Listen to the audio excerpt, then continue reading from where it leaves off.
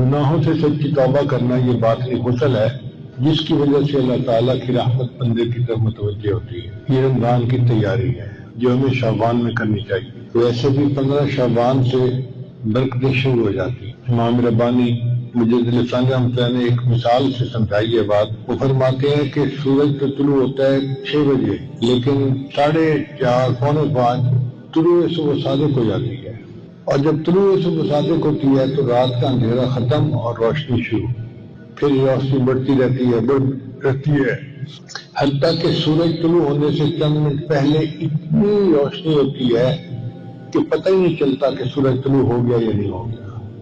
بعض اوقات تو گھڑی دیکھ کے پتہ کرنا پڑتا ہے جی کہ سورج طلوع ہوا یا نہیں، روشنی اتنی ہوتی ہے، اسفار اتنا ہوتا ہے، پھر سورج طلوع ہوتا ہے تو دن شروع ہو گیا۔ تو وہ فرماتے ہیں کہ رمضان مبارک کا جو دن ہے اس کی صبح صادق 15 شعبان کی رات کو ہوتی ہے۔ پھر 15 شعبان کے بعد ہر دن روشنی بڑھتی جاتی ہے، نور بڑھتا جاتا ہے حتیٰ کہ رمضان شروع ہونے سے 2 دن پہلے ایسے ہی برکتیں ہوتی ہیں جیسے رمضان کی برکتیں۔ 15 شعبان کی رات کو اللہ تعالیٰ آنے والے سال کا بجٹ بنواتے ہیں، کس بچے نے پیدا ہونا ہے، کس بندے نے فوت ہونا ہے، کس کو خوشی ملنی ہے، کس کو غم ملنا ہے، کس کو صحت، کس کو بیماری، اور یہ لسٹیں بدلتی رہتی ہیں، تبدیل ہوتی رہتی ہیں۔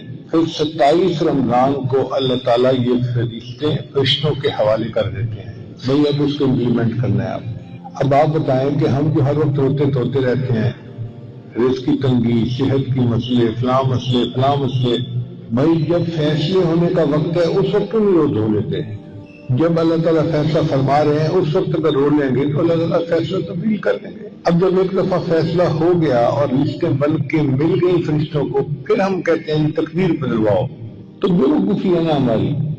ہمیں دعا اس وقت کرنی چاہیے جب اللہ تعالیٰ فیصلے فرما رہے ہیں۔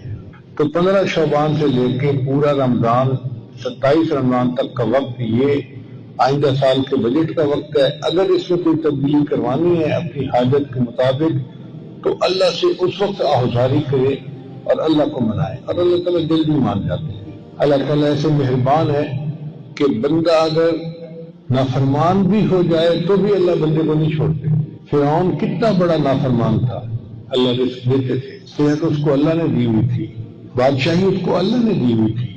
تو ایسے نافرمان کو بھی اللہ اکیلا نہیں چھوڑتے، تو پھر فرمان بردار کو اللہ کیسے اکیلا چھوڑیں گے؟ اس لیے ہمیں چاہیے کہ ہم اس وقت کی قدر کریں اور خوب عبادت کریں۔